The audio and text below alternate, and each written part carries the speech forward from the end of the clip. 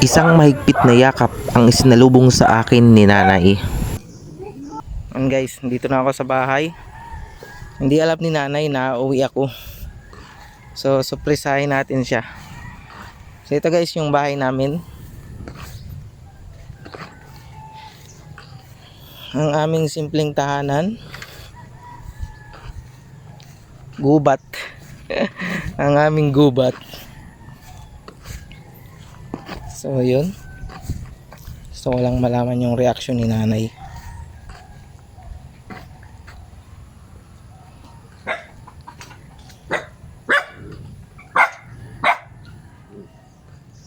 Nasira na ano.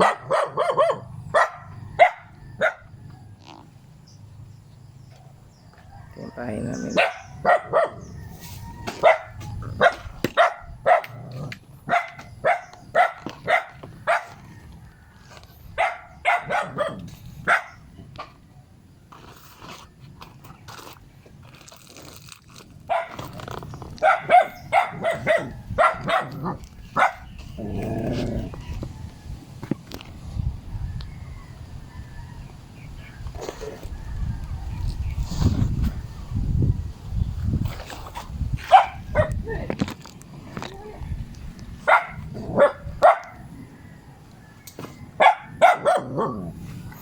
Tao po.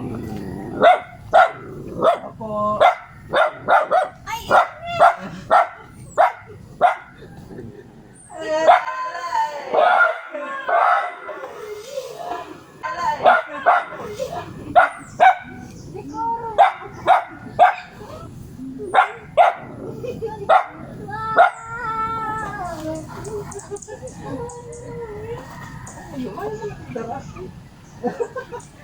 Reading dara. Nanay, kumusta na? Dito mararamdaman natin na grabe talaga yung pagmamahal ng isang nanay, 'di ba? Yung nagpalagi sa iyo, nag-aruga sa iyo. Kaya sa may mga magulang diyan, bisitahin nyo rin yung mga magulang nyo. Kasi hindi na sila pabata eh. 'Di ba? Kaya nga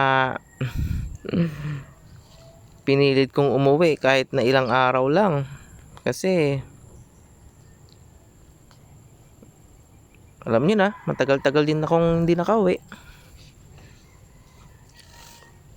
Sarap lang bumalik dun sa lupang sinilangan mo. Ayan, ang aking pamangkin.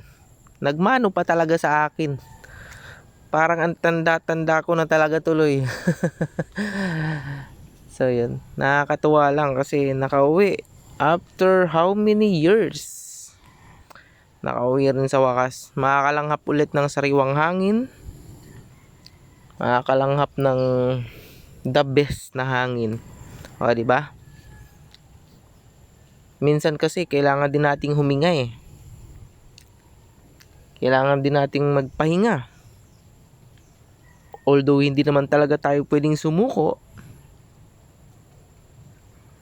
pahinga lang. O, di ba?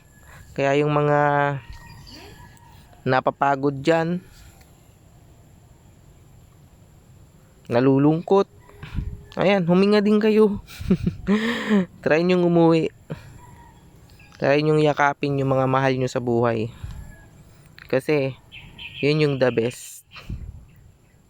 So yun guys, maraming salamat sa panonood. God bless to all.